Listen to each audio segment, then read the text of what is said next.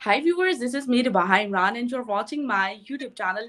Viewers, आज हम बात करने जा रहे हैं सब कॉन्टिनेंट के मुगलिया दौर के हवाले से और जिसमें हम सबको पता है कि कई बादशाहों ने हुकूमत की और मुगलिया दौर के आखिरी बादशाह बहादुर शाह जफर रहे और जिसे ईस्ट इंडिया कंपनी ने अरेस्ट भी काफ़ी अरसा रखा।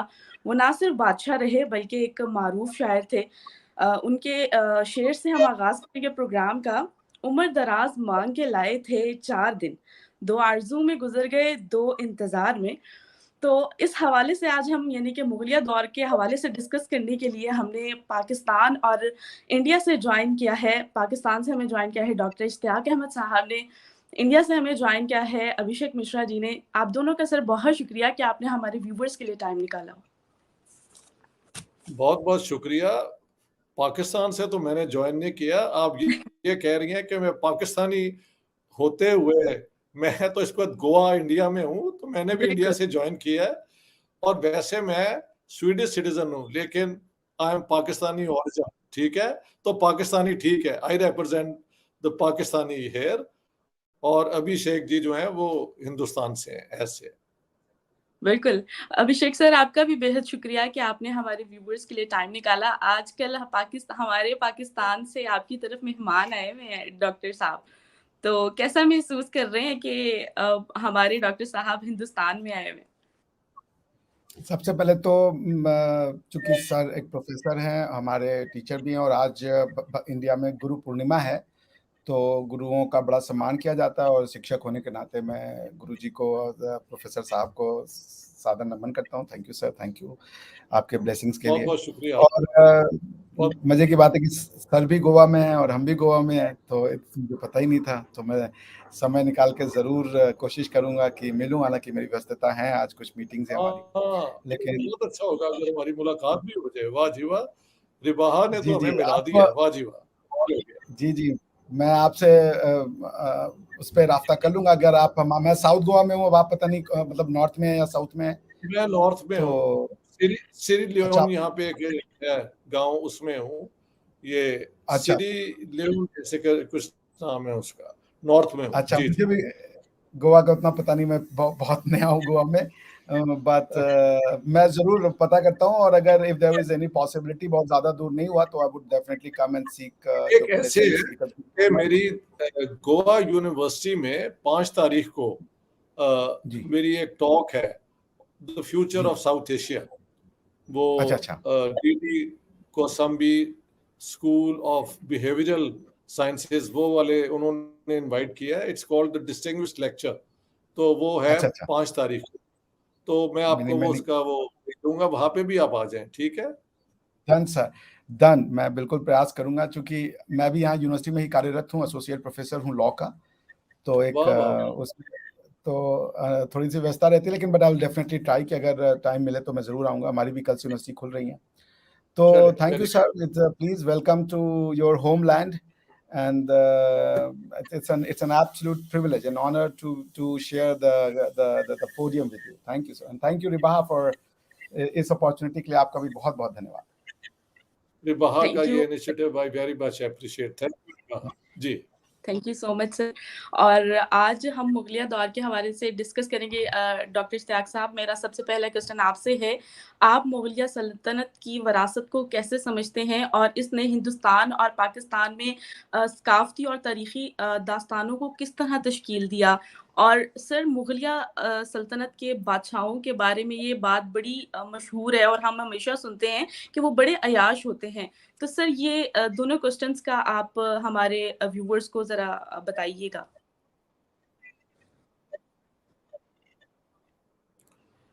देखिए, मैं मुगलिया दौर का तो एक डीप स्कॉलर नहीं हूँ, लेकिन मेरी जनरल रीडिंग में मुगल पीरियड भी आता है, समझ गए ना।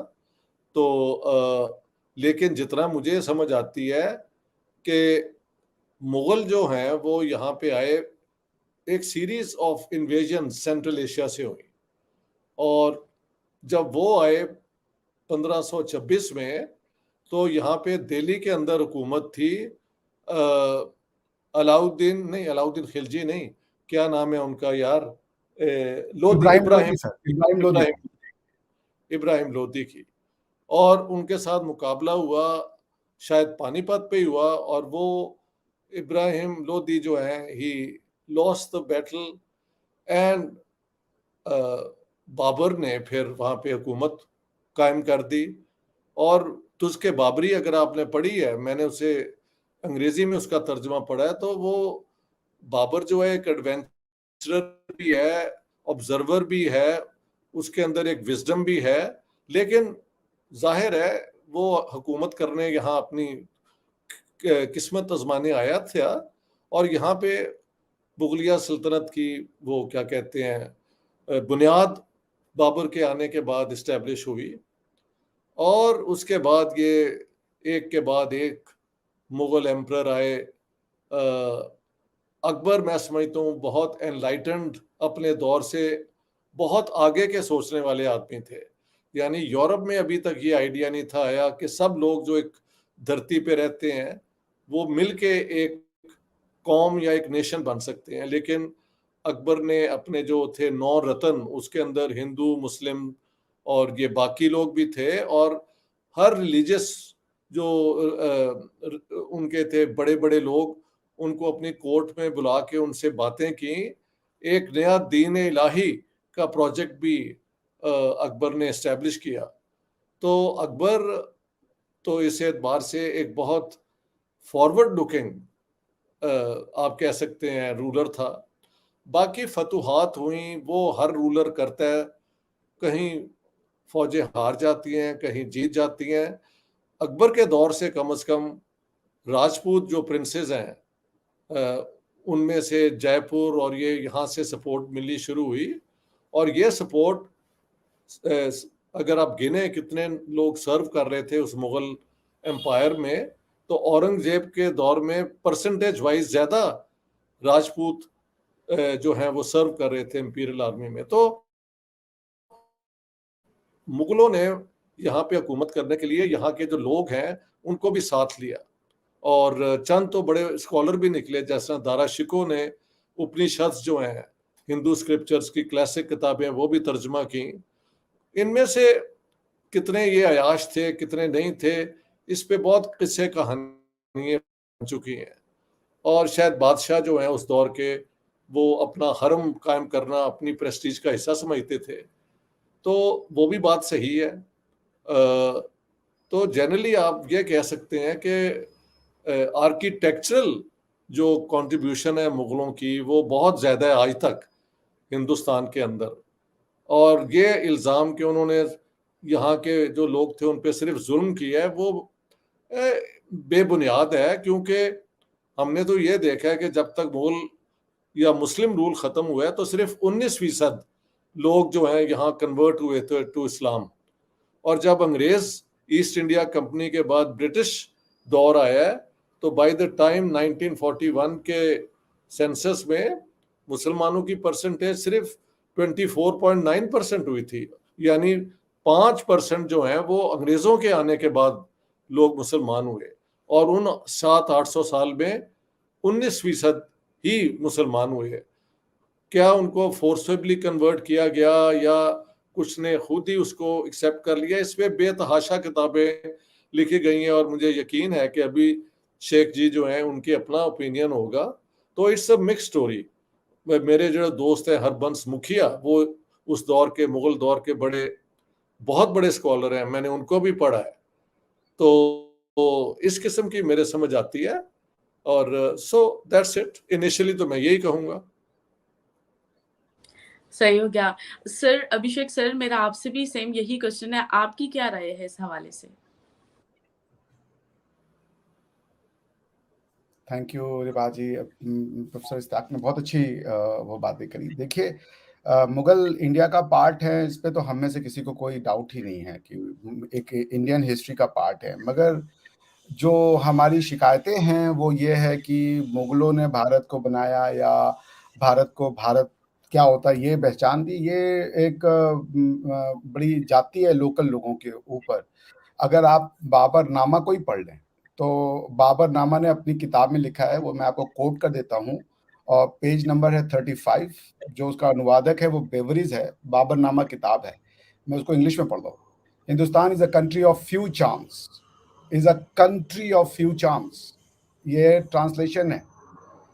Its people have no good looks, of social intercourse, paying and receiving visits there is none, of genius capacity none. यानी कि यहाँ के लोगों को कुछ नहीं आता, देखने में भद्दे लोग हैं, इनको पेमेंट का तरीका नहीं आता. In handicraft and work there is no form of symmetry, method और क्वालिटी.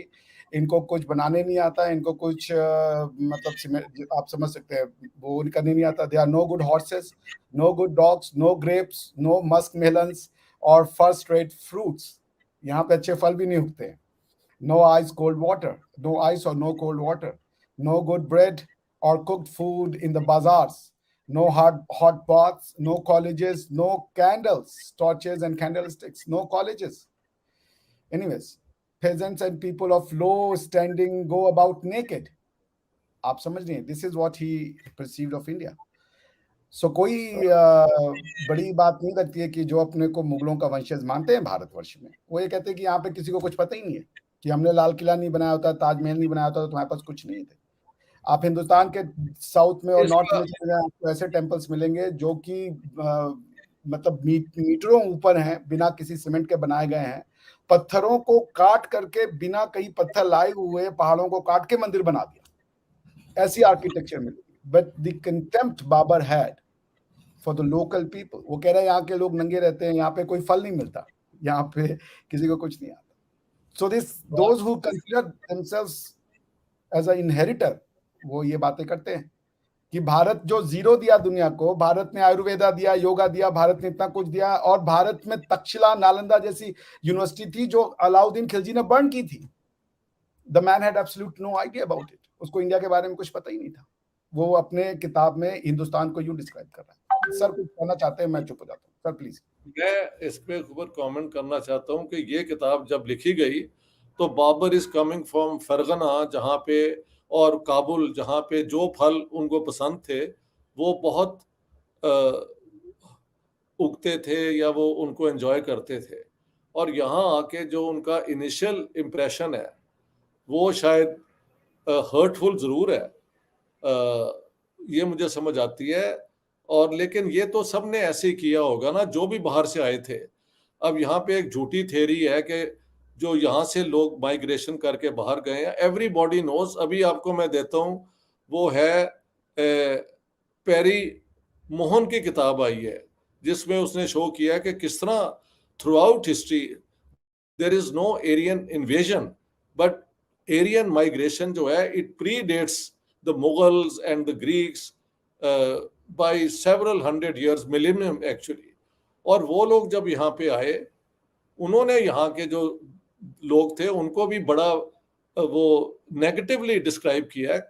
मानुस्मृति के अंदर जो दशा और उनकी डेफिनेशन है, और ये जो 4 वर्णा के रंग हैं, वाइट, रेड और वो ब्राउन और ब्लैक, वो क्या रेसिज्म की शक्ल नहीं है? तो मैं सिर्फ आपको काउंटर करने के लिए कि ये सारा जो बाहर से आता है और जो कॉन्कर कर जाता है, वो जो लोग हार जाते हैं उनको इस तरह ही ट्रीट करते हैं. जैसे white man when they came to Latin America, तो वहां के लोगों को उन्होंने निस्तो नाबूद उनका कर दिया. There is no local tribes left in much of Latin America and North America. बस हैंडफुल रह गए हैं. लेकिन हिंदुस्तान के अंदर तो वही लोग रहे मेजॉरिटी में, जो यहाँ के लेयर्स लोग बाहर जो आए थे, वन आफ्टर द अदर. यहाँ पे सिथियन आए, यहाँ पे हंस आए, यहाँ पे ग्रीक्स आए.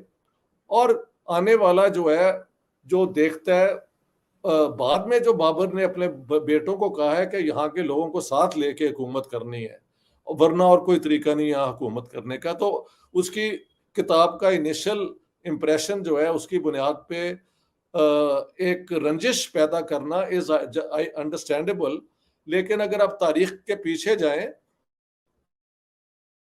every conqueror must believe that he is superior to the people he has defeated. ये एक, वरना कोई आता ही नहीं बाहर से हमला करने. भैया ये जरा थोड़ा सा इसमें मेच्योरिटी की जरूरत है.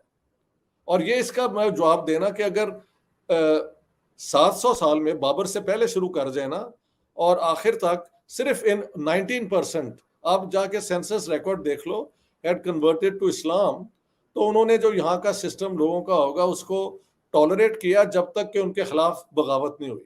That's how we should look in the past. Hurtful चीजें तो बहुत होती हैं। मैकॉले ने यहाँ आके कहा कि इन लोगों का जो इल्म है धर्मशाला का और मदरसों का बिल्कुल बेकार है, इनको वेस्टर्न एजुकेशन दो तब ये आगे बढ़े। एक हद तक उसने सच सच भी कहा। ये जो मॉडर्न इंडिया बना है वो जीरो का, यार वो ये बात सुनो, ये बच्चों वाली बातें हैं कि इंडिया ने जीरो दिया तो दुनिया में मैथमेटिक्स तरक्की किया। Good, that is true. तो इतने 100 साल बाहर से जो लोग आके हुकूमत करके यहाँ पे हुकूमत करते रहे, तो फिर इस सोसाइटी की क्या कमजोरियां थी कि handful of people could come and dominate the society here. इसके ऊपर वाजपेयी साहब की एक पूरी वीडियो है, आप देख लें आई थिंक सर कि वो उन्होंने बराबर जाके बोले, काबुल तो में। I would like to counter. आपने बहुत क्वेश्चन पूछ लिए, सो लेट मी आल्सो। हाँ नहीं, मैंने आपको पूरी बात कर लेने देना, क्योंकि आपने शुरू वहां से किया है जहां पे एक मुझे लगता है कि बजाय एक न्यूट्रल पोजीशन लेने के, जो कि आपको पूरी साइकोलॉजी समझनी पड़ती है कि when somebody comes and conquers the people, that narrative is part of the story he has to tell. But in the 300-400 years when they ruled, at the end of the time Bahadur Shah Zafar को मंगल पांडे और इन सब ने अपना emperor क्यों माना? ये भी आप इसका जवाब दें मुझे। चलें अब आप बोलें। हाँ जी। देखिए, मुझे आई शैल बी वेरी ऑनेस्ट, मतलब सर का बेसिक आर्ग्यूमेंट क्या है कि मनुस्मृति में क्यों गए और वर्ण व्यवस्था में क्या गया। आई एम प्रीटी श्योर कि सर ने इनको पढ़ा नहीं है, तो मैं इन पे डिबेट नहीं करूंगा। ये अब आप कहें कि पढ़ा नहीं है, बात सुने, मैंने अच्छी तरह पढ़ा है, मेरी कई किताबों के अंदर उसके ऊपर रेफरेंस भी है, ये आप प्लीज ना कहें। हाँ सर, मैं आपसे देखिए, ये रिबहा को मैंने वार्न कर दिया था कि ऐसा डिबेट ना करें कि हम दोनों में झगड़ा हो जाए। We should look for the common ground. अगर आप डिनाई करना शुरू कर देंगे, मसलन बाबर की इस पेज को मैंने डिफेंड नहीं किया, मैंने एक्सप्लेन किया है इस बाबर का जो उसका ऑब्जर्वेशन है यहाँ का। मैंने कहा आपने कास्ट सिस्टम किस बुक से आता है या वर्ण सिस्टम की शुरुआत किस किताब से होती है, आप मुझे कुछ बता दें।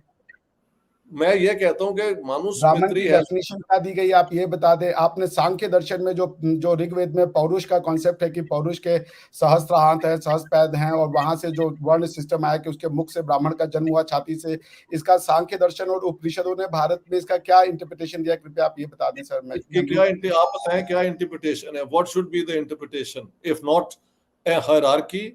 जो मुंह से निकला है वो सुपीरियर है, जो पाँव में है वो इंफीरियर है। What is the mystery about it? What's the mystery about it? There's a lot of mystery. वो पाँव में है, वो जो पाँव में होगा वो हकीर होगा ना। कैसे होगा सर? आप ये तो आपकी कंस्ट्रक्शन है ना कि अगर कोई चीज का 4 चीज दी है तो आपने उसमें हायरार्की मान ली। मैं आपको कहता हूँ international court of justice ICJ article 38 जाके आप पढ़े, उसमें सोर्सेज ऑफ लॉ दिए हुए हैं। First source is customary first source is treaty law, then customary international law, then comes the other law. So the point there. What is the point there? The point that it is said that none of them are hierarchy, none of them are superior or inferior. They all keep their independent positions. Just because there are 4 things, उसकी ये आवश्यकता नहीं है कि उनमें फिर hierarchy हो कि एक बड़ा एक छोटा है। ये तो मॉडर्न इंटरप्रिटेशन है ना यार, आप भी जानते हैं। बात सुनो सर, आप मुझे अगर आप बोलने देंगे तो मैं आपको बोलूं, आप अच्छा बोलें। विक्रम संपत की आप किताब पढ़ लें ऑन सावरकर, मेरे पास दोनों वॉल्यूम है। How much Savarkar was worried कि हिंदू जो है कास्ट सिस्टम की वजह से अपने अंदर यूनिटी नहीं पैदा करते, ये तो सावरकर लिख रहे हैं। तो मैं तो कास्ट सिस्टम को मैं कह रहा हूं, caste system is a sociology, the philosophy is वर्ण system. You got to understand that the sociology is important. The philosophy. The sociology is important. Who cares about the philosophy? Philosophy में भी sir आप नहीं करते, मैं care करता हूँ। आपने सीधा जब आपने मनुस्मृति को कोट किया तो आपने तो सोशियोलॉजी पे अटैक नहीं करके फिलॉसफी पे अटैक किया। मैं तो सोशियोलॉजी की बात करता हूँ ना। आप पहले हम मनुस्मृति की बात कर लें, फिर हम उसके बाद आपसे सोशियोलॉजी पे भी बात करेंगे। हमें कोई सोशियोलॉजी मनुस्मृति पे जो है, जो वो चंडाला और ये सारी मैंने वो पढ़ी हुई है यार। और वो कौन सी है महाभारत में या किसमें कि एक अनटचेबल ने सीख लिया वो तीर को मान, तो उसको वो ये अपना अंगूठा काटना पड़ा। ये सारा कुछ पार्ट ऑफ द ऑर्डर है कि अगर ये हु वन इज, वे चलेगा कि आप सिर्फ बोलेंगे तो मैं चुप हो जाता हूँ, आप अपनी बातें सारी रख ले। नहीं, मेरे ख्याल से रिबाहा ने ये गलत डिबेट करवाया। I don't think this is in the best spirits. इसको महल खत्म कर दें, क्योंकि मुझे लगता है कि ये आपकी पोजीशंस, मुझे I respect your positions and I sympathise with some of your way of thinking, but अब ये नहीं है कि मैं डिफेंसिव पे चला जाऊं बिकॉज नहीं, मैं आपको डिफेंसिव नहीं कर रहा हूँ, मैं तो अपनी बात रख रहा हूँ, आप मेरी बात रखने दे, बात खत्म हो जाएगी। कोई इसमें जीतने और हारने की बात नहीं है। बात है कि आप अगर मेरे व्यूज हैं वो तो आगे आए ना, कि वो व्यूज को भी सुना नहीं जाना चाहिए। बात तो ये नहीं कि कौन जीत रहा है कौन डिफेंसिव हो रहा है, बात है कि देयर इज अ कंस्ट्रक्शन। मैं ये कह, आप मुझे सोशियोलॉजी और फलसफे में फर्क बताएं, in your opinion what's the difference for you in order to explain the sociology of society? That's interesting. Philosophy है कि इस्लाम कम्स विद इक्वलिटी, इस्लाम दुनिया में इक्वलिटी लाता है, लेकिन सोशियोलॉजी है कि इस्लाम में भी पसमानदा, अशराफ, ये अंसारी, अंसार और शेख और ये सब पाए जाते हैं। That is a sociology. So philosophy is not necessary reflected in the sociology, because इंसान कितनी बात समझता है, अगर सारी साइकोलॉजी एक सेंटेंस में लिखी जाए, इंसान उसको उसी तरीके से समझ ले, तो फिर इतनी जो हदीस की किताबें आई, फिक आई, उनका क्या यूज है? उनकी फिर कोई यूज नहीं होती, because then you need someone to explain to the people. Quran के अंदर एक तो फिलोसॉफिकल वर्सेस भी हैं, लेकिन उसमें सोशियोलॉजी भी है। उस हालात में जो लॉज बनाएंगे हैं, हदूद लॉज कुरान शरीफ से हैं। हदीस के अंदर भी सोशियोलॉजी के ऊपर ही है, the profit what he did and sociology is when philosophy is practice. Social हाँ, ऑर्डर करना ऐसे तो फिर वर्ल्ड सिस्टम सोशियोलॉजी आप कह रहे हैं। Sociology is the practice of the philosophy, कि इंसान उसको प्रैक्टिस कैसे कर रहा है। and the philosophy led to a hierarchy which was No, it did not. That is, I'm very humbly requesting, it did not. There was no hierarchy ever. That's a construction.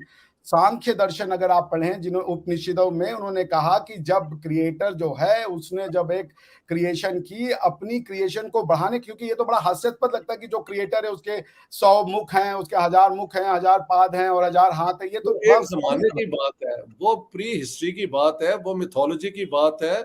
मैं कह रहा हूँ वो philosophy की भाई, वो social order जो लोगों ने आके यहाँ पे देखा, उसके अंदर जो हायरार्की थी, उसमें जो ऑप्रेस्ड लोग थे वो वहां पे थे। What I am saying, Babur ने अपनी किताब में कहीं ऑपरेशन की बात नहीं की, ना तो बाबर नामा में किसी ऑपरेशन की बात की जाती है, ना तो फतवा आलमगीर में, ना मसीही वो तो मेमोइर्स है, दोस आर मेमोइर्स भाई। ही जस्ट राइट्स अ बुक। अगर वो मेमोइर होते, जैसे मैं आपको अकबर की किताब कोट कर देता हूं, मैं आपको फतवा आलमगीर को मासिर आलमगीर की पेज नंबर 60 से कोट कर दूंगा। वो अगर ये होता यहाँ पे कि भाई इतनी डिस्टिंक्शन है तो कोट करते ना। चले, बाबर तो नया था, औरंगजेब ने तो काफी यहाँ पे साल गुजार चुके थे उसके जनरेशन के लोग। Aurangzeb doesn't fit into Aurangzeb तो कह रहा है ये तो वो है, नॉन बिलीवर्स है, ये काफिर हैं। मैंने तो अकबर का नाम लिया, औरंगजेब को तो मैंने एग्जांपल नहीं दिया। I was going to give example of the deviation from the pattern, जहां पे सबको लेके चला जाए। औरंगजेब ने जब ये किया तो रिवोल्ट शुरू हो गया। मैं ये कह रहा हूँ कि हमारी इतनी सी बात है, मैं ये कह रहा हूँ कि Mughals were part of the India, but to say that कि उन्होंने हमें कुछ सिखाया, वो जब उनके लोग एक भी, आप इनकी किसी भी किताब को पढ़ लें, बाद के ऑथर्स क्या लिख रहे हैं वो मेरा मतलब नहीं है, मैं डेरिवेटिव बुक उसको सोर्स नहीं बनाता। पॉइंट ये है कि आप हमें हमारे बारे में कौन बताएगा? हम खुद बताएंगे या कोई दूसरा पर्सन जो आके बता देगा वही सही है? जैसे बताएंगे, आप खुद भी बताएंगे, बिल्कुल जी। हमारी आपसे बड़ी हम्बल सी रिक्वेस्ट ये है सर, मैं ये कह रहा हूं कि कास्ट सिस्टम जो वर्ल्ड सिस्टम था उसमें कोई हायरार्की नहीं थी। जस्ट बिकॉज 4 चीजें दी हुई हैं, इसका मतलब नहीं होता कि हायरार्की है। कि पैर, भगवान का पैर कैसे गंदा हो जाएगा? जो भगवान है, जो क्रिएटर है, क्या उसका पैर गंदा होता है? ये हम माने उसी वर्ष का। इसी तरीके से जो है ना, वो हमारे फंडामेंटलिस्ट हैं, they can interpret Islam as a philosophy. यानी कुरान के अंदर एक आयत है कि if you kill one human being you kill all humanity, ये भी है। और कुछ वर्सेस जो ये फंडामेंटलिस्ट हैं, वो बने इजराइल के लिए था, वो बहुत लिमिटेड कंटेक्स्ट में है, मैंने उस वर्स को पढ़ा, दैट वाज फॉर बने इजराइल।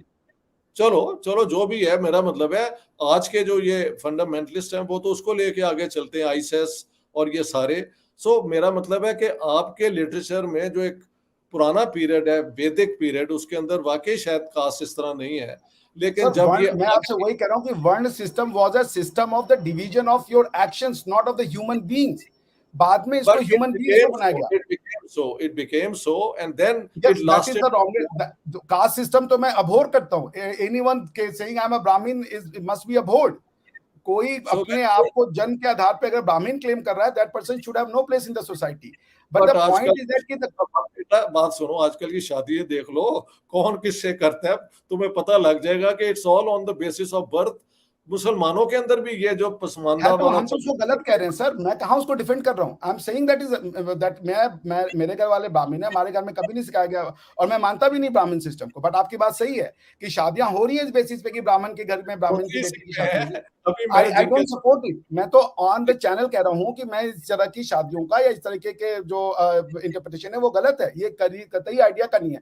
बट मेरी बात समझिए, जी मैं वेदों में या कोई भी जो फिलॉसफी दी गई, because ultimately it pervades in the social order, वो इंसान की नहीं थी, वो थी गुण और कर्म की। दैट मीन्स धार्मिक वो डिवीजन था। जैसे आज आप स्टेट की परिकल्पना करते हैं तो स्टेट में जो डिवीजन ऑफ और पावर है जिससे कि अल्टीमेटली स्टेट क्रिएट होता है, वो क्या है कि भाई लॉ मेकिंग को डिवाइड कर दो, लॉ इन्फोर्समेंट को डिवाइड कर दो और लॉ आपकी ये बात एक्सेप्ट कर ली कि उस जमाने में जिस फलसफे से बनाया गया वो डिवीजन ऑफ लेबर की सूरत थी, लेकिन ओवर हिस्ट्री जो जिस तरह उसकी प्रैक्टिस हुई वो बहुत ऑप्रेसिव थी।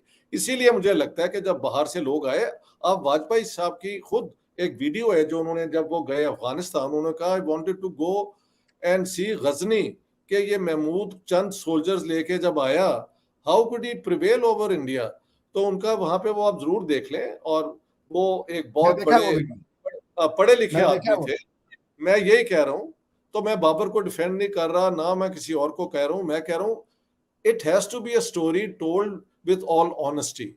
बहुत अच्छा उन्होंने किया, बिल्कुल गलत है, बहुत बुरा किया, ये भी गलत है, हकीकत को आगे लाना चाहिए, ये मैं कह रहा हूं। हमारा पॉइंट, हम लोग ये नहीं कह रहे, या मैं मेरे जैसे स्कॉलर्स ये नहीं कह रहे कि Mughals have no place in the history, but to say that कि इंडिया का कॉन्स्टिट्यूशन मुगलों ने किया। और जैसे आपने कहा कि बाबर से पहले लोगों को ये पता, मतलब कई लोग ऐसा कहते हैं कि अकबर से पहले यहाँ पे मल्टी जो एथनिसिटी या मल्टी जो कल्चरल का आइडिया नहीं था। इंडिया शुरू से कल्चरल रहा। इंडिया के लोगों ने कभी अपने आप को किसी रिलीजन या कल्चर से नहीं डिफाइन किया। जैसे आप अगर शूद्र का भी डेफिनेशन देखें तो वो होता है जन्मना जायते शूद्रः संस्कारात द्विज उच्यते। दैट मींस कि आप एवरीवन इज, ये आपके मनुस्मृति को कह रहा हूं कि एवरीवन इज बोर्न शूद्र, वो अपने कर्म से फिर वो आगे बढ़ता है। मैं बात क्या कह रहा हूं कि इन लोगों ने, जैसे अब आप काश से अगर काम से बढ़ता, तो मेरे ख्याल से हिंदू मजहब को मैंने स्टडी किया है, लोगों को किया है, जितना इसमें लर्निंग की कैपेसिटी है, मेरी जो वेलकम हो रही है सिर्फ इसलिए कि मेरे इल्म की वो इज्जत करते हैं। ये आपकी बहुत बड़ी स्ट्रेंथ है, ये बहुत बड़ी स्ट्रेंथ है, मैं इसको मानता हूं। मैं कहता हूं जो सोशल ऑर्डर आया उसके अंदर उसको प्रैक्टिस करने के लिए ये बिलीफ बन गया होगा ना कि these people must clean the latrines and do all this because that is what they are born to do. मैं तो ये कह रहा हूं कि जब ये एक एटीट्यूड बन जाता है तो हर सोसाइटी के अंदर अगर ये चीजें हैं, उनको बदलना जो है वो इम्पोर्टेंट है। मुगलों ने वो बदलने की थ्योरी कौन लेके आए? मुगल्स के पास तो काफिर को तो वो इंसान मानने को तैयार नहीं थे, वो तो कहते दे आर वर्स्ट क्रिएचर्स। तो अगर ये कहे कि औरंगजेब और अकबर जो कि लोकल पॉपुलेशन को काफिर कह रहे हैं और कह रहे हैं इनको जीने का हक नहीं है, उन्होंने तो उनके साथ रह से भी वो छीन ली। There also I think you are indulging in rhetoric. मुगलों के 9 जो रतन थे, बीरबल और ये सारे, और जो उनके राजपूत जो उनके लिए जंग जाके लड़ते थे, how do you explain that? Because कि इंडियन कम्युनिटी में या इंडियन फिलोसफी में मेरा तेरा की भावना नहीं है। हमारी फिलोसफी है अहम निजम पर्वती की, सारी दुनिया ही हमारी है।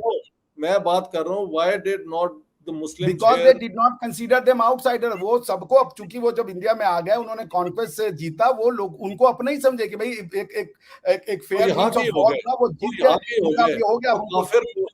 वो काफिर का जो वो है एक थ्रेट बट आपके अंदर क्वेश्चन भी ये नहीं है, वाली क्वेश्चन ये है कि क्या मिलिट्स मुगलों ने भारत को अपनाया, उन्होंने भारत की संस्कृति अपनाई, भारत की भाषा को अपनाया, भारत की किसी भी प्रैक्टिस को अपनाया? भारतीय लोगों ने उनको अपनाया। There was a reverse acceptance of the Mughals, but the Mughal did not. Akbar नहीं, ने, मैं उन्होंने बहुत इज्जत करता हूं अकबर की, Akbar is a great leader, but Akbar ने इलाहाबाद, प्रयागराज का नाम इलाहाबाद कर दिया। क्या मेरा मतलब है, अकबर ने आके यहाँ के जो लर्नेड लोग थे, बल्कि I have read scholars saying कि Akbar actually went to the Indian जो ब्राह्मण है कि हम भी, आप मुझे एक्सेप्ट कर लें एंड वी क्रिएट दीन इलाही। वो तो एक मजहब बनाना चाहता था। आप किस काफर कुफर के चक्कर में पड़े हुए हैं यार? डोंट यू अंडरस्टैंड मैं कि he was sir, creating a वो न्यू जो लिखा रिलीजन मैं तो वो पढ़ रहा हूँ, बेस्ड ऑन उसने है राजस्थान में जाके कई मंदिरों को तोड़वाया, आप पढ़ लें उसके बाद उसकी वो, मैं ये नहीं कह रहा यार। हूँ सर। कहीं जंग उन्होंने जाके मेहदवी उसको भी नहीं मारा। वो जौनपुरी जो था, जो टक्कर लेता था उसको बादशाह हमेशा डिफीट करता है। Why do you pick up such examples? जब तो मैं आप कह क्या रहा हूं कि चाहते हैं उनकी कि जो हमारी कल्चर, और अगर मैं आज पाकिस्तान में जीत जाता है भारत, और जाके वहां के जो लोकल प्रैक्टिसेस है मस्जिदों को तोड़ दे और वहां पे मंदिर बना दे अपनी जगह, और आप कहेंगे कि ये जीत गया, ये सही जगह, इनको अपना मान लो? और यहाँ पे आपके ये it's very well known, David Easton को पढ़ो मियाँ। वो कहते हैं कि यहाँ पे रिवाज था कि दो राज्यों में जब वो होता था मुकाबला, जो हार जाता था वो उसके मंदिर को गिरा देता था, उसमें सारी दौलत ले लेता था और अपना मंदिर बनाता था। तो ये मंदिर के अंदर क्योंकि दौलत होती थी, एक वजह लूटने की उसकी ये भी थी। और आपको मैं बताऊं, व्हेन द ये Anglican Christians came to Ireland, उन्होंने वहां पे उनकी अपना चर्चेस के अंदर घोड़े खड़े किए हैं। This is how a conqueror always tries to humiliate the people. लेकिन रंजीत सिंह ने जब लाहौर कैप्चर किया है, तो बादशाही मस्जिद को भी उसने वहां पे अस्तबल थोड़ी देर के लिए इस्तेमाल किया। फिर इन exactly, order that's what I am to, saying. आपको कभी एक इंडियन रूलर नहीं मिलेगा जो जाके दूसरों के धर्म के निशानों को तोड़े। शिवाजी भी जब हमारे यहाँ के जो किसी मुस्लिम शासक की लड़की पकड़ के लाई गई थी, उन्होंने कहा ये हमारी बहन है, इसको वापस करो। बट अगर आप ये ये डिनाई कर रहे हैं सर कि यहाँ की औरतों को नहीं, किसी मैं ये अरब के डिनाई नहीं हरम कर बाजार में नहीं बेचा गया, तो नहीं, ये मैं थोड़ी सी जाती है, मेरा ये कहना है बात सर। सुनो, मैं तो डिनाई नहीं कर रहा। मैंने कहा जब भी ये किसी ने किया है तो वो एक एक्टिविटी है which has to be exactly, condemned. बस। That's right. I have no defense for the wrongs done. I ji have ji ji, no defense हमारा भी, for any wrong done. हमारा भी यही है भाई। वी तो बस ठीक मुगल्स है। हैव कम टू इंडिया, वो यहाँ रहे हैं 250 साल, तो उसका तो एक हिस्ट्री में पार्ट होगा। मगर ये कहना कि मुगल इज इंडिया, ये नहीं है। जैसे आप बाबरे, ये आप नहीं कह रहा है। सारी किताबों में, जिसने कहा है ना कि मुगल इज इंडिया, वो बेवकूफ है। क्योंकि इंडिया की हिस्ट्री तो मंजो दाड़ो से शुरू होती है, हड़प्पा से शुरू होती है। वो प्री हिस्ट्री है। वो तो एक्सकवेशंस के बाद सारा ढूंढा गया। लेकिन अशोका का दौर हम सब जानते हैं, मौर्य जो थे उनको रूल, वो सारा हमने पढ़ा हुआ है। अब जाके ये सूडो इंटेलेक्चुअल जो हैं वो दोनों तरफ हिस्टोरिकल कॉन्टिन्यूटी को तोड़ रहे हैं। और Ashoka, when I went to school in Pakistan, was celebrated as a great seer, जो के सारे लोगों को उसने किया। और बड़े अच्छे रूलर हुए हैं, कई हुए हैं। पोरस ने जो जंग की, पोरस वो लोग अपने, मैंने, Porus is the hero not Alexander. ये लाहौर में मेरे घर के पास नहीं, ड्रामा होता रहा मेरे स्कूलों के मेरे अंदर। कहने का तो मतलब है sir, Porus has been the Alexander भी लोकल हीरो। हीरो है, अब वो पोरस भी, ढूंढ रहे हैं। मैं ये कह रहा हूँ अलेक्जेंडर भी हीरो है, पोरस भी हीरो है। कोई 1 to 1 करने की जरूरत नहीं है, बात फैक्ट्स को एस्टैब्लिश करने की। चलो मैं अच्छी ये कह बात रहा है, हूँ अच्छी बात है। कि भारत का जो निर्माण है सर, वो चूंकि एक जो दूसरी साइड के जो लोग हैं, मैं किसी को स्टूडियो नहीं कहने, सारे इंटेलेक्चुअल अपनी तरीके से देख रहे हैं, लेकिन वो ये कह रहे हैं कि भारत का निर्माण तलवार से हुआ। भारत में जो है वो विविधताएं जो हैं वो किसी अकबर की देन नहीं है सर। भारत शुरू से विविध, क्योंकि ये कल्चर से बना हुआ देश है, किसी ने भारत को बनाने के लिए तलवार नहीं उठाई। हमारी जो भारत बात की सुनो, फिलॉसफी, तो हम जो ये कहते हैं कि अगर आप इंडिया की कंस्ट्रक्शन या कॉन्स्टिट्यूशन को बेसिस बनाते हैं कि विक्ट्री, पॉलिटिकल जो पावर का सोर्स है वो कोई कॉन्क्वेस्ट है, तो वो हम डिनाई करते हैं। हम ये नहीं डिनाई नहीं करते कि कौन मुगल हमारे यहाँ नहीं भाई तो आए। अभिषेक जी ये बताएं, क्या इंडियन कॉन्स्टिट्यूशन में कॉन्क्वेस्ट की बुनियाद पे इंडियन कॉन्स्टिट्यूशन बनी है? I have never seen that. What do you mean? तो आप ये नहीं, इंडिया इंडियन की जो कॉन्स्टिट्यूशन आज है की क्या? फिर तो आपको कॉन्स्टिट्यूशन ये बता रहा, इंडियन 1950 वाला जो कॉन्स्टिट्यूशन है ये तो एक सीरीज ऑफ कॉन्स्टिट्यूशन का एक पार्ट है। अगर आप हाँ हांस केल्सन की किताब पढ़ लें, प्योर थ्योरी ऑफ लॉ, उसमें वो कहता है ग्रैंड नॉन। क्वेश्चन ये है कि कॉन्स्टिट्यूशन ऑफ इंडिया क्या बनाता है? कॉन्स्टिट्यूशन ऑफ इंडिया इंडिया बनाता है सर, इंडियंस बनाता है। तो बिकॉज करेक्ट प्रियम्बल क्या कहता है? प्रियम्बल कहता है we the people of India having solemnly. Very well very good, तो ये तो बड़ा तो, अच्छा है। ये तो इसका मुगलों से क्या ताल्लुक है? मुगलों ने नहीं तो नहीं, कोई कॉन्स्टिट्यूशन नहीं दी। ये तो टॉपिक मुगलों पे था। मैंने कहा कि हमारे यहाँ पे ये जो कॉन्स्टिट्यूशन है, ये 19 भारत का निर्माण 1950 का कॉन्स्टिट्यूशन नहीं करता, ये कंटिन्यूटी को कंटिन्यू करता है खाली। It's a new form, it is a transitionary book. ये हम दिस ये इज, आपसे बस कह रहे हैं। आप अगर ये इसमें खुश हैं तो मैं, मुझे कोई इतराज नहीं है। What I say that the Indian constitution is a great achievement of free India, मैं ये कह रहा हूं। अगर आप उसको कहते हैं कि वो पहले से था और अब दोबारा रिवाइव हो गया, you are welcome to do that, I have no objection. I am saying the present Indian constitution is the best framework for treating everybody fairly and equally. मैं तो ये कह रहा हूं। आप कहते हैं कि इसके रूट्स बहुत पुराने हैं, तो आई हैव नो ऑब्जेक्शन भैया, लेकिन लीगली तो ये कॉन्स्टिट्यूशन 1950 में बनाना जाके, दैट्स इंटरेस्टिंग, दैट्स मैं द आपको लॉ ही इंटरेस्टिंग बता पार्ट। रहा था, मैं लॉ ही बता रहा था। आप एक हांस कैल्सन की किताब है pure theory of law, how does constitution, ये किसने पावर दी इन लोगों को कि कॉन्स्टिट्यूशन बनाने? जो इलेक्शन होता था वो भी फ्रेंचाइज जो था वो लिमिटेड था, तो how did they get the power to make India की देयर ये was no Indian? Right to vote previously यार, वो पंचायत के अंदर भी एक हायरार्की नहीं नहीं, थी। मैं राइट टू वोट की बात जो नहीं कर रहा हूँ, मैं कह अछूत रहा है, हूँ। जो अछूत है वो नीचे बैठते थे, जो अपर नहीं कास्ट नहीं है नहीं वो नहीं नहीं, हमारे यहाँ छूत को नीचे नहीं बिठाया जाता था। ये बात की सोशियोलॉजी का कंस्ट्रक्शन है, सारे छूत नीचे बैठते थे, ऐसी बात नहीं है सर कि पूरे इंडिया में ये होल अक्रॉस ये प्रैक्टिस थी। और जो यह बात तो सुनो, मेरी बात तो सुनो। ये साउथ इंडिया में, ये मैंगलोर और इधर ना सिर्फ अनटचेबल थे, अनसीएबल भी थे। जो यस अगर सर, अनटचेबल अनसीएबल होंगे, मैं इसको डिनाई नहीं कर रहा, बट तो फिर अनटचेबल किस किताब में नहीं है सर? आप अगर इवन इस्लाम को पढ़ लें तो वो कहता है कि जो मुस्लिम्स नहीं हैं और जो मुशरिक हैं और जो काफिर हैं वो तो इंसान, वो तो सबसे बदतरीन मखलूक हैं, वो तो कीड़े मकोड़े हैं। अनटचेबिलिटी कहाँ नहीं है? मतलब अगर एक किताब आपको नहीं, ये डायरेक्ट कह रही है कि मैं आप इससे बात दोस्ती इसलिए ही मैं ना कर रहा करो। हूँ, बात सुने तो, नहीं मैं तो इस्लामिक स्टेट की जो इस किस्म की बातें हैं, कभी मुझे सुना सपोर्ट करते हुए, नहीं नेवर। नहीं नहीं, मैं मैं आपकी बात नहीं कर रहा सर, मैं बहुत बात आपकी नहीं कर, बहुत मैं कह रहा बुजुर्ग है। हूँ untouchability is a part of Indian philosophy नहीं है, ये इंडियन सोशियोलॉजी में आ गया। मगर कई किताबों में सोशियोलॉजी तो untouchability part of philosophy and sociology दोनों है। अगर आपको ये मना किया जा रहा है कि आप किसी काफिर से दोस्ती ना करो, इससे बड़ी अनटचेबिलिटी क्या होगी? तो ये नहीं, कह देना मगर कि ये कहाँ कहा गया है कि किसी, एक आयत इस किस्म की है, लेकिन बेतहाशा और भी तो वो हिस्टोरिकल आयत है एग्जाम्पल। ना, उस आयत में यही लिखा है ना कि भाई आप क्रिश्चियन से, यहूदी से और मुशरिक से दोस्ती ना करें। इसको अनटचेबिलिटी नहीं कहते, तो अनटचेबिलिटी किसको कहते हैं sir? This is the okay, abject untouchability. Let me grant you this point, but let me also say कि एक और आयत है कि पीपल ऑफ द बुक जो है, मैं दो एग्जांपल दूंगा, जरा मेरी सुन ले। जी जी एक बिल्कुल। एग्जांपल है कि कुरान शरीफ में ये भी है कि Christians, Jews, and Sabians, who are people of the book, can live among Muslims if they pay the jizya. एक ये है। जब मोहम्मद बिन कासिम ने यहाँ पे हुकूमत कायम की अपना सिंध के अंदर, तो प्रॉब्लम हो गया कि यहाँ की पॉपुलेशन तो हिंदू या बुद्धिस्ट थी, so how to deal with them.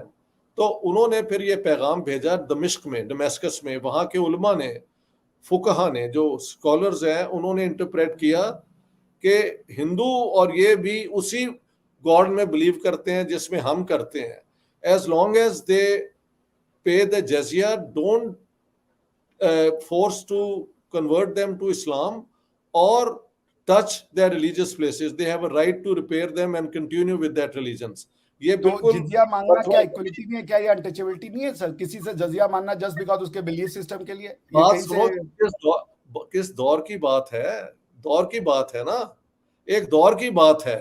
और लेकिन उसमें एक और भी चीज है, jizya gives you the protection but doesn't make you take part in the holy wars of the state. तो ये उसका साथ एक अगर बैलेंस अगर कोई एक ये थ्योरी जजिया की ला रहा है और हमारी थ्योरी है कि एकम सत बहुधा विप्रा वदंती की सत्य एक है, उसको बताने वाले लोग अलग अलग है, तो हमारे हिसाब से तो वो भी सही है, हम तो उनसे जजिया नहीं मांग रहे। और वो हमको जजिया मानने के बाद हमको बताएं कि हमारे यहाँ अनटचेबिलिटी है, जबकि उनकी किताब में साफ साफ लिखा हुआ है कि तुम पढ़ाना लोगों से दोस्ती नहीं कर सकते, और बात अगर सुनो, दोस्ती न करने को अनटचेबिलिटी नहीं कहते तो किसको अनटचेबिलिटी कहते हैं सर, ये मुझे बता दीजिए। वो बात सुने, ये चीजों को, उसमें से सोशियोलॉजी जो हिंदुस्तान की बनी वो इंटरेस्टिंग है। यहाँ पे आके मुस्लिम रूल ये 700-800 साल का है, उसकी achievement in terms of conversion is only 19%. Come to that figure and explain how is that It is possible. not because they were benevolent, it is because people fought, because there was Shivaji, there was Amar Singh, the people fought back. Shivaji is a very late What arrival. explains कि Egypt क्यों convert हो गया, Persia क्यों convert हो गया, why didn't वो 100% क्यों हो गए, उनके यहाँ पे क्यों नहीं बचे ये जो पारसीज हैं?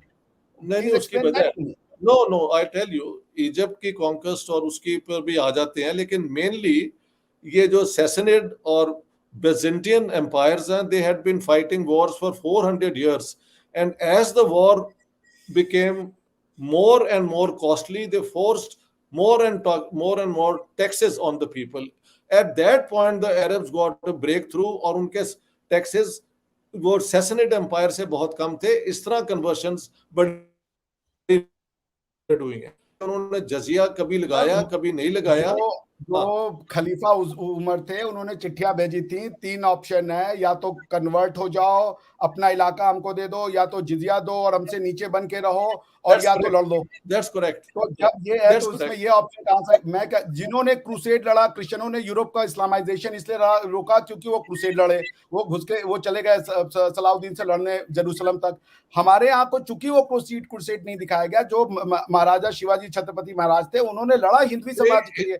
जब औरंगजेब ने मंदिरों को तोड़ना शुरू किया, अकबर ने मंदिरों को तोड़ना शुरू किया, तो लोग लड़े। तब जब तक आप अलायंस में आए तो उन्होंने अपनी बेटियां भी दी हैं मुगलों को, ये भी सच है। राजपूतों ने अपनी बेटियां दी, अलायंस भी विन किया। Very good. यहाँ पे बात आपकी मेरी एक्चुअली डिसएग्रीमेंट डिटेल पे है, प्रिंसिपल्स पे नहीं है। आप भी इसी चीज को मान रहे हैं कि जहां पे अच्छा सलूक किया तो दैट इज लॉडेबल, जहां उन्होंने ज्यादती की वो कंडेम होना चाहिए। महल ये हमारी अप्रोच अगर हो तो मुगलों को भी हम मुगलों में वही हिस्ट्री में रोल दें जो एक डिटैच्ड स्कॉलरशिप होता है। देखिए मैं ये कह रहा हूं कि मैं 1 मिनट लूंगा सर, मैं आपसे कतई डिसएग्री नहीं कर रहा, very humbly in all due respect sir. मैं इतना कह रहा हूं कि मुगल ने जो किया हमारे साथ, it's a time for truth and reconciliation, ये कह देना। Very good, that I totally agree, I am with you.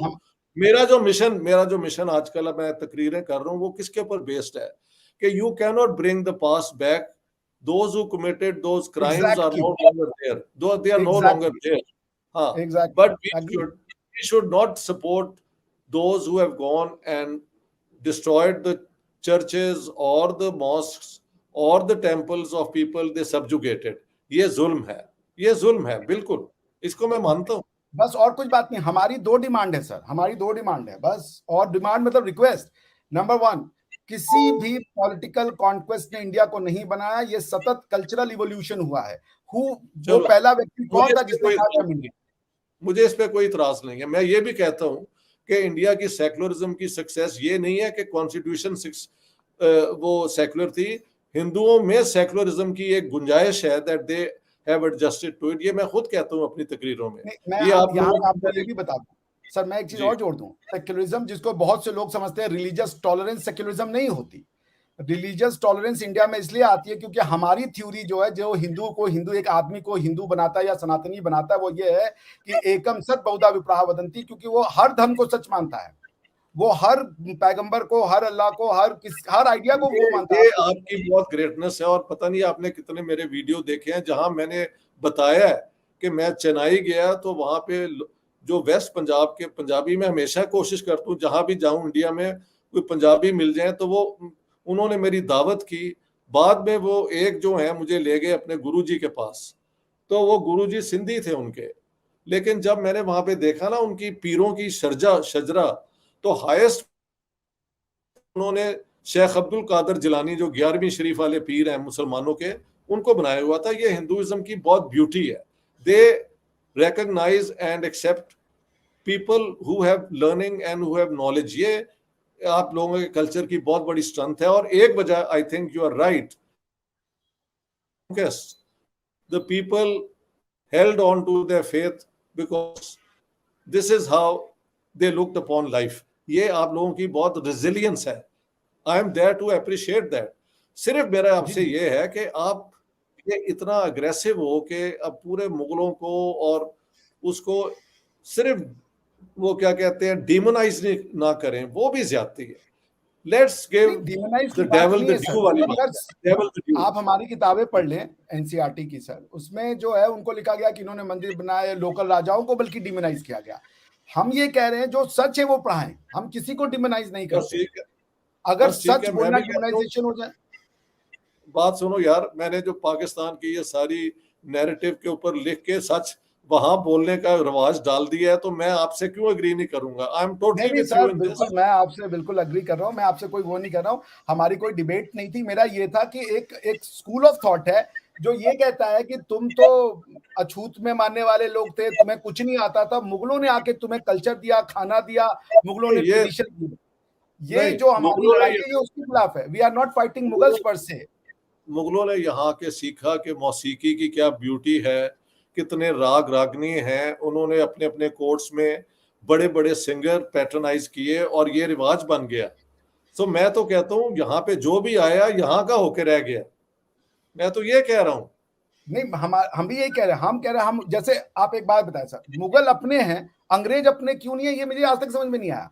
नहीं, मुगल्स आर मैं तो आवर। कहता हूँ ना ना ना, मैं तो कहता हूँ अंग्रेजों ने आके हमें जो है ना एक फ्रीडम के लिए पूरे लोगों को तैयार किया। ट्रेजेडी ये है कि वो फ्रीडम स्ट्रगल दो हिस्सों में टूट गया। मैं तो अंग्रेजों ने हमें वो आइडियाज दिए, the right to be represented, the right to be elected, right to vote, लेकिन they wanted to do that as long as they were ruling. जाते हुए उन्होंने इस इलाके को तोड़ दिया। मेरी तो ये पोजीशन है सर। यहाँ पे वही है, क्योंकि हमारी हिस्ट्री को नहीं बताया गया। देखो, आपको एक और किस्सा सुना दूं फिलोसॉफिकल। हाँ जी, जी अभिषेक जी। हाँ जी सर, जी सर। वो लेबनीज फिलोसफर थे अपना खलील जिब्रान। I know. हाँ, वो कहते हैं कि एक दिन बैरूत के अंदर दो दोस्त मिले जो एक ही गांव से थे, 25 साल के बाद मिले। उनमें से एक जो था वो डाई हार्ड कम्युनिस्ट हो गया था और दूसरा जो था वो 5 वक्त का नमाजी था। लेकिन देवर, सुन रहे हैं मेरी बात? जी सर, जी सर। वो कहते हैं कि वो जब मिले 25 साल के बाद, बाय दैट टाइम विलेज में वो इकट्ठे खेलते थे। जब मुलाकात हुई तो one of them had become a die hard communist party का मेंबर था और दूसरा 5 वक्त का नमाजी मुसलमान। तो after 25 years when they met in Beirut, शाम के खाने के बाद they started giving each others arguments, एक कम्युनिज्म के हक में, एक इस्लाम के हक में। सुबह जब 4 बजे ना तो दोनों को घर जाना पड़ा। तो जब देवर पार्टिंग तो सुबह की अजान हो रही थी। हाँ जी, तो जो कम्युनिस्ट था वो पहले जाते जाते वापस आके he went into the mosque, और जो 5 वक्त का नमाजी था वो जब अजान हो रही थी वो मस्जिद में जाते जाते ही वेंट होम। तो होता ये है कि दोनों जब आर्ग्यूमेंट्स आती हैं ना तो आप एक दूसरे से भी सीख लेते हैं कोई ना कोई पॉइंट। ये मैं कह रहा हूँ, an argument leads to both sides learning. ये है, this is the moral of story. ठीक है? Yes yes, sometimes it's also self learning. Yes, दोनों लोग सीखते हैं, कई बार आप भी सीखते हो, अच्छा ये भी एक पॉसिबिलिटी है। Yes sir. सो मैं इसको वाइंड अप करूंगा, आपका ज्यादा समय नहीं लूंगा, कि मैं जो हमारी बात भी आनी चाहिए, क्योंकि हमें डिमोनाइज किया गया कुछ स्कॉलर्स के द्वारा for being us in order to justify others, किसी फॉरेन रूल को। ठीक है, ये हमारा पॉइंट है। हम ये नहीं कह रहे हमारे में कमियां नहीं थी। We had thousands of problems, हमारी सोशियोलॉजी में प्रॉब्लम थी, लेकिन ये कहना कि सामने वाला कुछ ऐसा लेके आया जो वो हमको दे देता और हम बेहतर हो जाते, ये हम कब तक ही नहीं मानते, क्योंकि हमारी फिलॉसफी और हमारी जो बाकी चीजें थी वो बहुत बेहतर थी, और उसी चीज के लिए हम लड़ देंगे। भाई आप हमें हमारा संस्थान दे कि हम इंडिया को किसी ने नहीं बनाया, इंडिया कल्चरल इवोल्यूशन व्यवस्था से बना है। जी सर। लेकिन आप इसको ऐसे एक्सटेंड क्यों नहीं कर देते कि मान लिया कि हिंदुस्तान का बहुत डीप कल्चर था, बहुत रिच कल्चर था, लेकिन जो बाहर से आए उन्होंने भी उसके अंदर कुछ ना कुछ कंट्रीब्यूशन की, तो ये इस तरह ही इंडिया जो है इवॉल्व हो रहा है। उसमें बाहर से आने वाले भी हिंदुस्तानी हो गए। मैं ये कह रहा हूँ, ये कहना कि सिर्फ बाहर से हुए ये गलत होगा। सर नहीं, बिल्कुल मैं सहमत हूँ भाई। अंग्रेजी हमारी भाषा, आज अंग्रेजी के दम पे हम गूगल के हेड बने बैठे हैं, तो अंग्रेजों ने भी हमें दिया। हम ये नहीं कह रहे कि हमें कुछ नहीं दिया, लेकिन एक तरफ से ये सिखाया जाता, बिरयानी तुमको वो दिए, पुलाव वो दिए, ब्रेड तुमको वो दिए, आलू परवल की सब्जी, चोखा सब बनाना वही सिखाया, तुमको कुछ नहीं आता था। नहीं नहीं, जो ये कहते हैं वो बदतमीज लोग हैं और उनको कोई इल्म नहीं है। मैंने तो पूरा हिंदुस्तान देख लिया, हिंदुस्तान देख लिया, बहुत कुछ है यहाँ पे। और हिंदुइज्म में जो स्ट्रेंथ है वो भी मुझे समझ आ गई है, क्योंकि ये बड़ी फिलोसॉफिकल बात नहीं है, हिंदुइज्म की बात नहीं है, फिलोसॉफिकल वर्ल्ड व्यू है, इसमें बड़ी स्ट्रेंथ भी है। ठीक है, इसीलिए आज तक मेजॉरिटी यहाँ पे वो हिंदू फलसफा ही चल रहा है। ठीक है, ठीक है, तो हम तो कहते हैं सबको साथ लेके चलो, सबका विकास, सबका वो क्या है जो यही तो हम शुरू से कहते आए हैं, एकम सर बहुधा वदंती। मैं आपको एक बड़ा अच्छा वो बताता हूँ सर, जो एटलीस्ट मैं जिसको मानता हूँ, ये है अयम निजः परोवेति गणना लघु चेतसाम उदार चरिता नाम तु वसुधैव कुटुंबकम। ये सर महाउपनिषद का वर्ष है, जिसका मतलब सिर्फ ये होता है कि तेरा मेरा करने वाले छोटे लोग हैं। तो हिंदुस्तान में भी जो कह रहे कि यही सिर्फ मेरा है, वो छोटे लोग हैं। जो सारी दुनिया को अपना परिवार माने, वो है मेन हिंदुस्तानी। तो हम कह रहे हैं ईद भी मेरी, क्रिसमस भी मेरा, होली भी मेरी, दीपावली सब मेरा। लेकिन कोई सामने वाला आके कहते कि बाकी चीजें हम रिजेक्ट करते हैं, तो हमारी प्रॉब्लम। हम तो सबको स्वीकार करते हैं। देखिए, अभी उन्होंने वहां पे होली पे वो पाबंदी लगाई थी, तो मेरे 2 वीडियो हैं, और बाकी वहां पे पाकिस्तान में इतना शोर मचा, उनको भी अकल आती जा रही है कि ये नफरत की दीवारें जो उन्होंने खड़ी की हैं वो उन्हीं पे गिरेंगी। They can't fall on India, India is doing very well. बल्कि पाकिस्तान के बेस्ट इंटरेस्ट में है कि इन सब चीजों को छोड़ के यहाँ की सिविलाइजेशन के अंदर जो उन्होंने अपना एक चलो मुल्क बना लिया है, वो लेकिन हमारे रूट्स तो सारे एक ही है ना। मैं इसके ऊपर एम्फेसिस देता हूँ कि पॉलिटिकल सेपरेटिज्म तो हम भी मानते हैं, कल्चरल सेपरेटिज्म क्यों करना? लस्सी यार पंजाब में इधर वाली लस्सी हिंदी है, इंडिया ने उधर वाली पाकिस्तानी है, कल्चरली एक है, पॉलिटिकली डिफरेंट है। आज से कोई 15 साल पहले आया हुआ था पाकिस्तान, तो मेरे चचा के घर ही उनकी ग्रेट ग्रैंड डॉटर की शादी थी। तो जब ढोलकी शुरू हुई तो वहां पे वो दुल्हन बनती हैं नसीबों वालियां लता गा रही थी। तो मैंने अपने चचा को कहा, हमारे बाकी रिश्तेदार भी बैठे थे, मैं क्या चाचा जी लता तो तुहाडे घर च वड़ गई, हुण तुसीं की करोगे? कि लता तो आपके घर में पहुंच गई, अब क्या करेंगे? तो कल्चर डिवाइड नहीं हो सकता, कल्चर यूनाइट कर। जी, we are culturally one, politically divided, that's what my philosophy for India Pakistan. History में ये वेव्स आते हैं, कोई फर्क नहीं पड़ता। बुनियाद है इंसानियत। Exactly. Ultimately, everything is humanity. इंसानियत से बड़ा कुछ। वाह यार, बहुत मजा आया आपसे बात करने का। And रिफा, I am grateful